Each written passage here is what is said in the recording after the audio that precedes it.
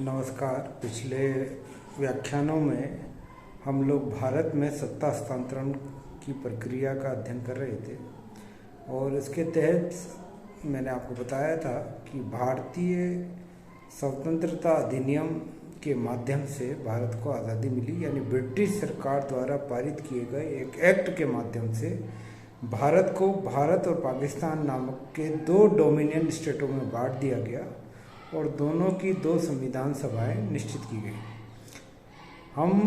इसके बाद भारत का अपना स्वतंत्र संवैधानिक विकास का काल शुरू होता है और 3 साल 1947 से लेकर 26 जनवरी 1950 तक भारत में संविधान निर्माण का काम चलता रहा और इसी दौरान भारत की जो संविधान सभा थी वो अंतरिम संसद के रूप में भी काम करती रही।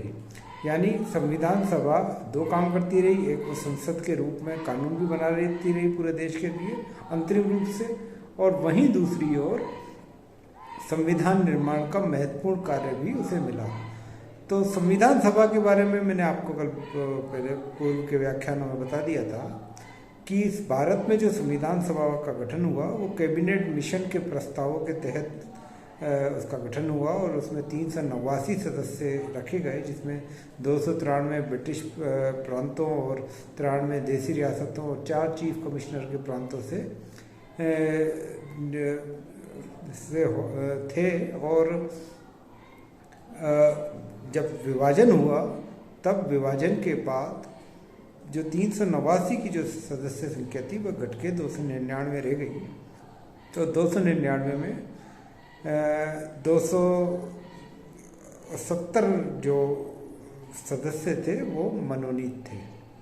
अब इसमें महिलाओं की सदस्यता 15 थी, अनुसूचित जाति के 26 सदस्य थे और अनुसूचित जनजाति के 33 सदस्य थे। संविधान सभा के बारे में कुछ महत्वपूर्ण घटनाएं या तथ्य हम जान लें कि संविधान सभा का जो गठन हुआ वो 6 दिसंबर 1946 को हुआ, यानी भारत के माउंटबेटन प्रस्ताव और भारत विभाजन की योजना से पूर्व ही भारत में संविधान सभा का गठन हो गया था। जैसे मैं आपको बता ही चुका हूँ कि भारत में संविधान सभा का गठन कैबिनेट मिशन प्रस्तावों के तहत हुआ और तब तक विभाजन की योजना को स्वीकार नहीं किया गया था। तो उसका भारतीय संविधान सभा का जो उद्देश्य था वो पूरे देश के लिए एक ही कानून, एक ही तरह का संविधान बनाना था। यद्यपि भारत में लंबे समय तक राष्ट्रीय आंदोलन के दौरान कांग्रेस संविधान सभा की मांग करती रही और इस संविधान सभा की मांग को अंतिम रूप से ब्रिटिश सरकार ने 1942 के क्रिप्स मिशन और 1946 के कैबिनेट मिशन में स्वीकारा। यद्यपि ये मांग बहुत पुरानी थी कि भारतीयों को अपने भाग्य का निर्धारण करने के लिए स्वयं अपना संविधान बनाने की आज़ादी हो। कांग्रेस हमेशा ये मांग करती रही। यद्यपि इस मांग को सबसे पहले बाल गंगाधर तिलक ने उठाया और लगभग कांग्रेस हर मोर्चे पर या हर अधिवेशन में ये मांग करती रही कि भारत में एक संविधान सभा का गठन किया जाए और संविधान सभा एक वयस्क मताधिकार के आधार पर निर्वाचित होना चाहिए। लेकिन हम जानते हैं कि जो परिस्थितियां बनी बाद में कैबिनेट मिशन और उसके बाद में, तो संविधान सभा का वयस्क मताधिकार के आधार पर निर्वाचन संभव नहीं हो पाया। अंत में ये निर्णय लिया गया कि संविधान सभा के जो निर्वाचित सदस्य होंगे वो देसी ब्रिटिश प्रांतों की विधानसभाओं के माध्यम से चुने जाएंगे और 93 जो सदस्य वो देसी रियासत के राज्य द्वारा मनोनीत किए जाएंगे। यानी भारतीय संविधान सभा के बारे में जो तथ्य हमें समझना चाहिए वह ये है कि भारतीय संविधान सभा का निर्वाचन प्रत्यक्ष मताधिकार के आधार पर नहीं हुआ था, उनका अप्रत्यक्ष मताधिकार के आधार पर और अनुपातिक प्रतिनिधित्व की एकल संक्रमणीय प्रणाली के माध्यम से किया गया था। यानी ये संविधान सभा जनता द्वारा सीधे निर्वाचित नहीं थी। दूसरा तथ्य, संविधान सभा का जो गठन है वो 6 दिसंबर 1946 को हुआ और पहली बैठक 9 दिसंबर 1946 को हुई और उसमें सच्चिदानंद सिन्हा को पहला अंतरिम अध्यक्ष बनाया गया और बाद में 11 दिसंबर 1946 को, यानी अगले 2 दिन बाद ही जो संविधान सभा की जो बैठक हुई उसमें डॉक्टर राजेंद्र प्रसाद को संविधान सभा का अध्यक्ष और हरेंद्र नाथ मुखर्जी को संविधान सभा का उपाध्यक्ष बनाया गया और ये संविधान सभा काम करती रही 24 जनवरी 1950 तक, जहाँ संविधान सभा की अंतरिम रूप से बैठक हुई और उसमें सारे सदस्य ने संविधान पर हस्ताक्षर किए और डॉक्टर राजेंद्र प्रसाद को भारत का राष्ट्रपति मनोनीत किया गया।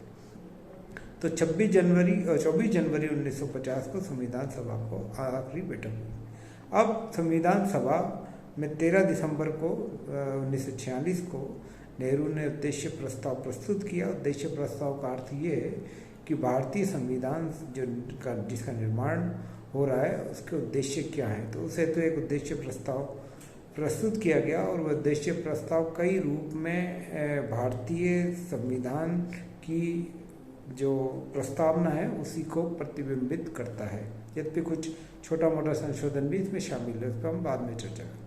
संविधान निर्माण के लिए, क्योंकि एक बड़ा महत्वपूर्ण कार्य था, बड़े 299 सदस्य थे, तो समितियों का निर्माण किया गया और से अलग अलग कार्यों के लिए अलग अलग समितियां बनाई गई। इसके लिए प्रक्रिया जो विषय संविधान के निर्माण की जो प्रक्रिया विषयक जो समिति है उसमें डॉक्टर राजेंद्र प्रसाद को अध्यक्ष बनाया गया। राज्य संबंधी जो समिति बनानी थी उस पर जवाहरलाल नेहरू को अध्यक्ष बनाया गया। मौलिक अधिकार और अल्पसंख्यकों से संबंधित जो समिति बनाई गई वल्लभ भाई पटेल को अध्यक्ष बनाया गया और मौलिक संघीय संविधान समिति में जवाहरलाल नेहरू को अध्यक्ष बनाया गया। और जो सबसे महत्वपूर्ण जो समिति थी वो प्रारूप समिति थी और इसका अध्यक्ष डॉक्टर डॉक्टर भीमराव अम्बेडकर को बनाया गया। और इसमें कई सदस्य थे, जिसमें डॉक्टर एन गोपाल स्वामी अयंगर, अल्लादी कृष्ण स्वामी अय्यर, कन्हैया लाल माणिक्यलाल मुंशी, BL मित्रा और सैयद मोहम्मद सादुल्ला, DP खेतान। बाद में कई 2 सदस्यों को हटने के बाद 2 और सदस्यों को नियुक्त किया गया। तो इस तरह भारतीय संविधान की एक प्रारूप समिति बनाई गई और इसका मूल उद्देश्य भारतीय संविधान के लिए एक प्रारूप संविधान का निर्माण करना था और प्रारूप समिति ने ये काम अपना बखूबी अंजाम दिया गया। संविधान सभा से जुड़ी जो दूसरा तथ्य था कि भारतीय संविधान सभा में जो ज़्यादातर निर्णय लिए गए वे सर्वसम्मति पर आधारित थे। इसमें कोशिश ये की गई कि संविधान सभा में सभी वर्गों, जातियों का और सभी समूहों का, सामाजिक समूहों का प्रतिनिधित्व हो और जो भी निर्णय लिए जाए वो सर्वसम्मति से लिए जाए और अगर सर्वसम्मति नहीं हो सके तो उस पर फिर मतदान के द्वारा निर्णय किया जाए। और ये बात हमें उल्लेखनीय है कि भारतीय संविधान सभा के निर्माण के दौरान ज़्यादातर जो निर्णय हैं वे सर्वसम्मति से लिए गए, यानी राष्ट्रीय आंदोलन की जो लड़ाई हमने लड़ रहे थे, भविष्य के संविधान को लेकर एक बड़ा मोटा खाका तैयार पहले ही हो चुका था।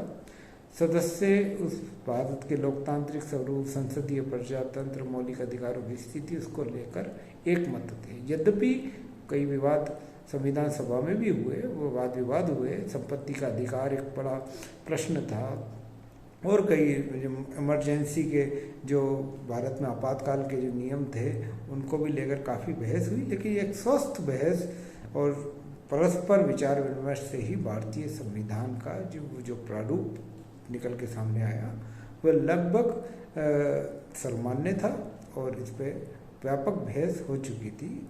तो भारतीय संविधान सभा ने अपना काम बखूबी अंजाम दिया और 3 साल तक वे अंतरिम संसद और एक संविधान सभा के रूप में काम करती रही। और इसी दौरान जो हम जानते ही हैं कि संविधान के कुछ प्रस्ताव नवंबर 1950 में लागू किए गए और मूल रूप से 49 में लागू किए गए और पूरा संविधान 26 जनवरी 1950 को लागू किया संपूर्ण रूप से, जब हमने घोषणा की कि भारत आज से एक लोकतांत्रिक गणराज्य है।